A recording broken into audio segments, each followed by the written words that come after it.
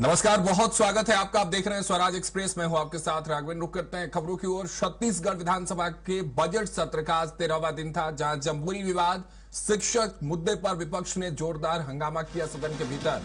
तो 13वां दिन भी जो है वो हंगामे के भेंट चढ़ गया। छत्तीसगढ़ विधानसभा का बजट सत्र और उसका 13वां दिन जमकर जोरदार हंगामा किया गया। जमहूरी विवाद को लेकर, शिक्षक मुद्दे को लेकर विपक्ष ने जोरदार हंगामा किया। जमहूरी आयोजन में अनियमितता के आरोपों पर सदन के भीतर हंगामा देखने को मिला। विपक्ष ने जांच की मांग की है। पुनर्वासित नक्सलियों ने हालांकि आज सदन की कार्यवाही भी देखी है। स्कूल युक्तियुक्तकरण, अतिथि शिक्षक मानदेय, रायपुर स्कूलों की स्थिति पर सरकार ने जवाब भी दिया सदन के भीतर, और स्कूलों के युक्तियुक्तकरण पर भी मुद्दा उठा। प्रदेश में आपको बता दें 10,583 स्कूलों का युक्तियुक्तकरण हुआ। विपक्ष ने असंतुष्ट होकर आज फिर 13वें दिन भी सदन से वॉकआउट कर दिया।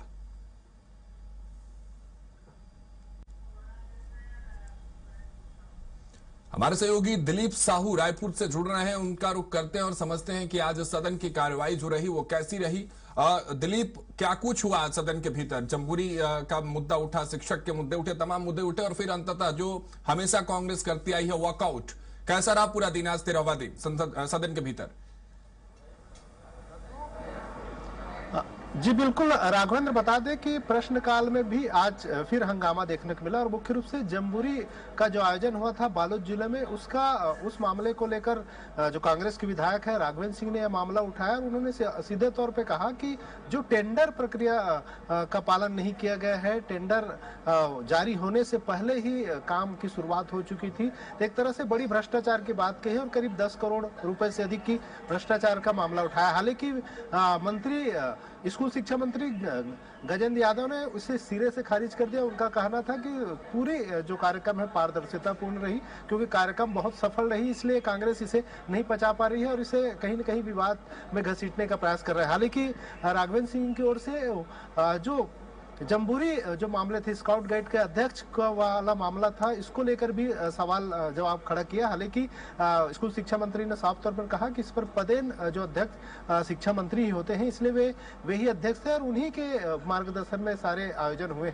हालांकि उनके जवाब से असंतुष्ट होकर विपक्ष ने सदन से वॉकआउट किया। इसके अलावा दूसरा मुद्दा था प्रश्नकाल में ही, वो मुख्य रूप से स्कूलों के युक्तिकरण का मामला था। इसको लेकर सत्ता पक्ष के ही विधायक सुनील सोनी ने सवाल उठा, और अलग अलग विधायकों इस मामले को लेकर सीधे मंत्री से सवाल जवाब किए कि किस तरह से युक्तिकरण का कितना फायदा हुआ, और बहुत सारे जो जर्जर स्कूल है उनकी सुधार के लिए सरकार क्या कर रही है। हालांकि जवाब में स्कूल शिक्षा मंत्री ने बताया कि पूरे प्रदेश में 10,538 स्कूलों का युक्तिकरण किया गया। इसके साथ ही साथ तमाम स्कूलों में लैब सहित सभी सुविधाओं को दुरुस्त करने का प्रयास किया जा रहा है, और उन्होंने बताया कि अभी 166 ऐसे स्कूल है जो जर्जर है, उन्हें चिन्हांकित किया गया है, उन्हें भी दुरुस्त व्यवस्था करने का प्रयास किया जा रहा है। हालांकि सत्ता पक्ष के ही विधायकों ने इस मामले में अलग अलग तरह से, अजय चंद्राकर ने सवाल उठाया कि कितने स्कूल ऐसे हैं जिस पर आपने नीति बनाई है प्रॉपर उसे ठीक करने का। इसको लेकर भी शिक्षा मंत्री ने कहा कि स्कूलों के और शिक्षकों की युक्तिकरण किया है, और चीजों को आसान बनाने के लिए स्कूल में पर्याप्त शिक्षक हो इसकी भी व्यवस्था की जा रही है। तमाम तरह की जो सुविधाएं हैं सरकार कर रही है। हालांकि राजेश मूणत ने जो सत्ता पक्षी विधायक, उन्होंने रायपुर जिले में युक्तिकरण को लेकर सवाल उठाया, तो इस पर गजेंद्र यादव ने बताया मंत्री ने कि 389 स्कूल में से 385 स्कूल का युक्तिकरण किया गया रायपुर जिले में, वही 4 खाली स्कूल है। और साथ ही साथ उन्होंने ये भी बताया कि आने वाले नए सत्र में 150 से अधिक जो स्वामी आत्मानंद स्कूल है उसके तर्ज पर खोले जाएंगे। तो इस तरह से जानकारी दी, और इसको लेकर इसके साथ ही साथ एक और मसला जो मामला उठा सदन में, वो मुख्य रूप से शिक्षकों के जो अतिथि शिक्षक और जो विद्यावितान के रूप में कार्यरत है उनके नियमितीकरण का मामला उठा। हालांकि इस मामले को लेकर भी शिक्षा मंत्री गजेंद्र यादव ने बताया कि आने वाले समय में सरकार बेहतर प्रयास कर रही है, और हालांकि विपक्ष ने ये सवाल उठाया कि सरकार ने अपने घोषणा पत्र में ऐसे शिक्षकों को, अतिथि शिक्षकों को नियमितीकरण की बात कही थी, लेकिन उन्हें महज 20,000 रुपए का मानदेय दिया जा रहा है, और उसमें भी जिस दिन वो स्कूल नहीं आ पाते या अनुपस्थिति के आधार पर उनका वेतन भी काट लिया जाता है। इसको लेकर सवाल उठाया कि कब तक उन्हें नियमितीकरण किया जाएगा। उस मोदी गारंटी में इसको शामिल किया गया। हालांकि स्कूल शिक्षा मंत्री ने सीधे तौर पर खारिज किया कि अतिथि शिक्षकों के नियमितीकरण को लेकर किसी तरह को गारंटी में शामिल नहीं किया गया था, लेकिन सरकार इसके लिए संवेदनशील है। आने वाले समय में इसको लेकर भी कुछ नए कदम उठाए जाएंगे। हालांकि इस मामले को लेकर भी विपक्ष ने काफी हंगामा किया और विपक्ष ने सीधे तौर पे मंत्री के जवाब से असंतुष्ट होकर इस मामले पर भी सदन से वॉकआउट किया।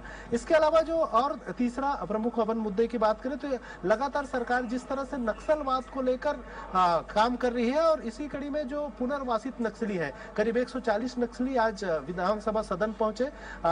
डिप्टी सीएम गृह मंत्री विजय शर्मा की अगुवाई में सभी जो आत्मसमर्पित नक्सली है उन्होंने सदन की कार्रवाई देखी। साथ ही साथ मुख्यमंत्री ने भी उनसे मुलाकात की, उनसे संवाद की, और यह भी कहा गया कि आने वाले समय में इनकी जो समस्याएं हैं, जो क्योंकि ज्यादातर महिला और पुरुष नक्सली जो आए हुए थे, जो पुनर्वासित नक्सली थे, उनमें से ज्यादातर युवा है और 18 से लेकर 30 वर्ष के हैं। तो बहुत सारे जो पढ़ाई करना चाहते हैं उन्हें पढ़ने का अवसर दिया जाएगा। इसके साथ ही साथ उन्हें तमाम तरह की सरकार की योजनाएं हैं, चाहे आयुष्मान कार्ड की योजना हो, राशन कार्ड की योजना हो और दूसरी योजनाएं। इसके साथ साथ उनके रोजगार को लेकर भी सुविधाएं उपलब्ध कराने की बात सरकार की ओर से की गई है। ठीक है राघवेंद्र, बिल्कुल तमाम सवाल थे, इन सवालों के जवाब भी दिए गए मंत्रियों की तरफ से आज सदन के भीतर, लेकिन आखिर अंततः विपक्ष का जो रवैया था संतुष्ट होकर वॉकआउट किया गया। तमाम जानकारी के लिए बहुत शुक्रिया दिलीप, हमारे साथ जुड़ने के लिए। आपने सदन की कार्रवाई में आज क्या कुछ हुआ उसकी जानकारी दी। तो देखिए